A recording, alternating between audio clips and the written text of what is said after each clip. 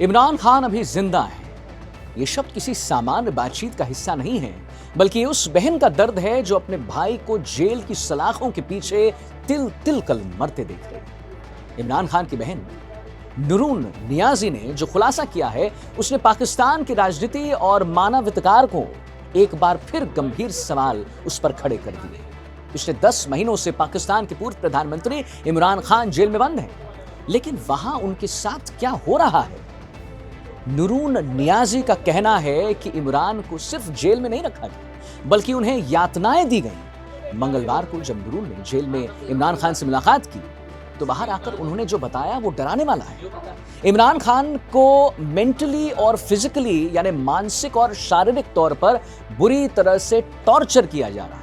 हैरानी की बात तो यह है कि इमरान के परिवार को अंतर्राष्ट्रीय मीडिया या भारतीय मीडिया से बात करने पर भी रोक है।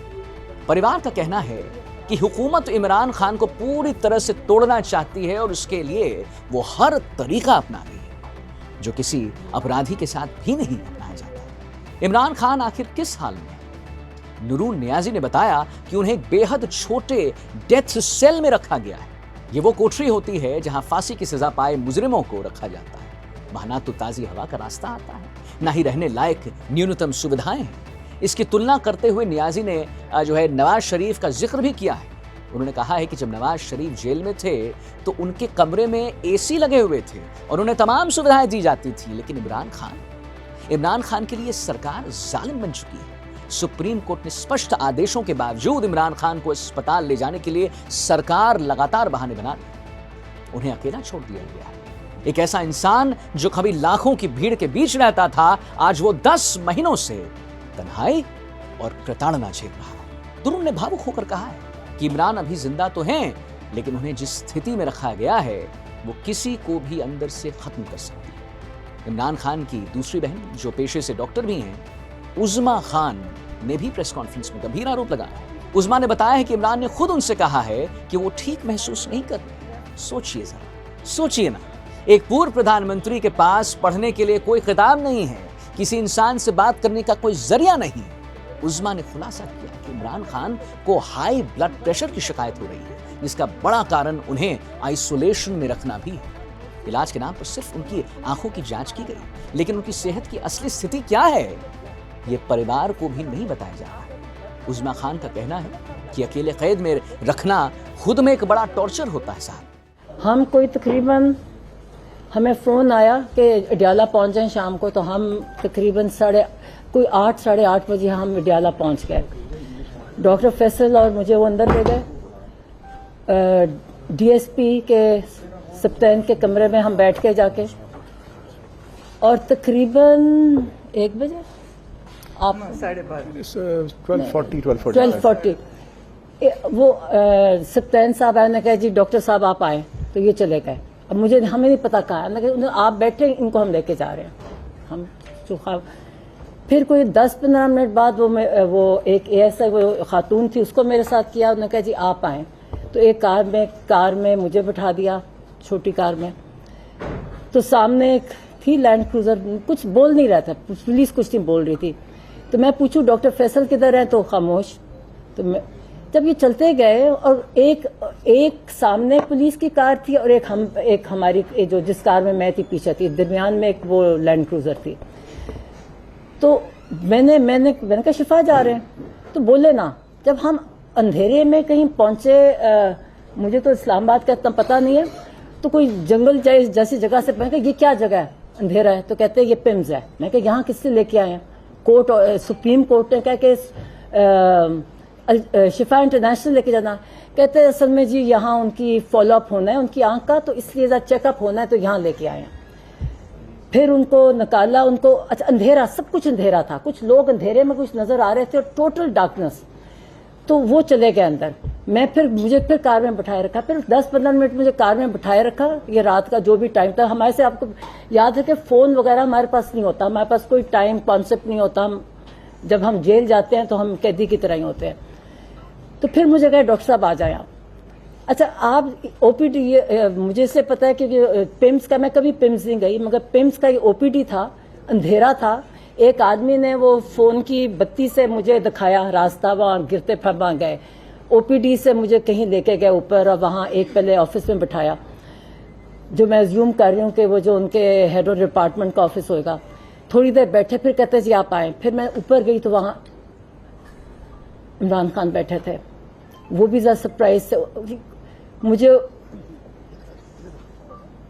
खैर वो उठे, वो इतने शॉक में, वो जो भी उनके साथ डॉक्टर्स थे उनको कहते कि ये मेरी बहन, 10 मिनट में मैं इसको मिल रहा हूँ, 10 महीने बाद मैं मिल रहा हूँ, उन्होंने प्यार किया मुझे।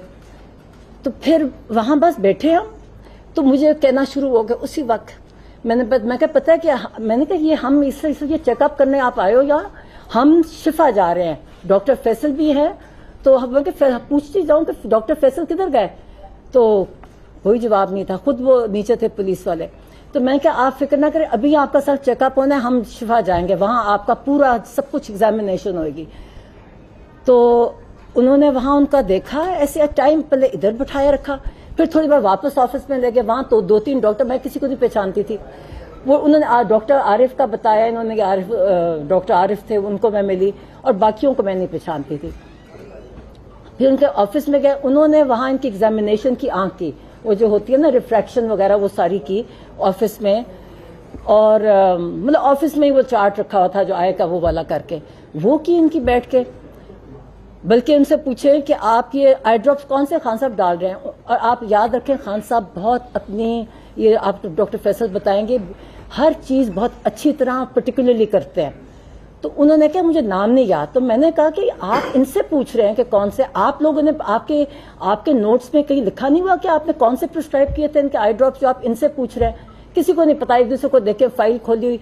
अब वो जो भी खड़े थे, खैर उन्होंने सारा देखा। एक डॉक्टर साहब ने कहा कि इनको ये वाला टेस्ट चाहिए आंख के लिए। तो मैं कहा कब, कितनी इमीडिएट, कहते इमीडिएटली इनका होना चाहिए आंख रिलेटेड, इनकी हमने ब्लड वेसल्स चेक करनी है ये। तो मैंने कहा तो हाँ फिक्र ना करें, हम शिफा में जा रहे हैं, हम आज सारे चेक करवाएंगे इनके।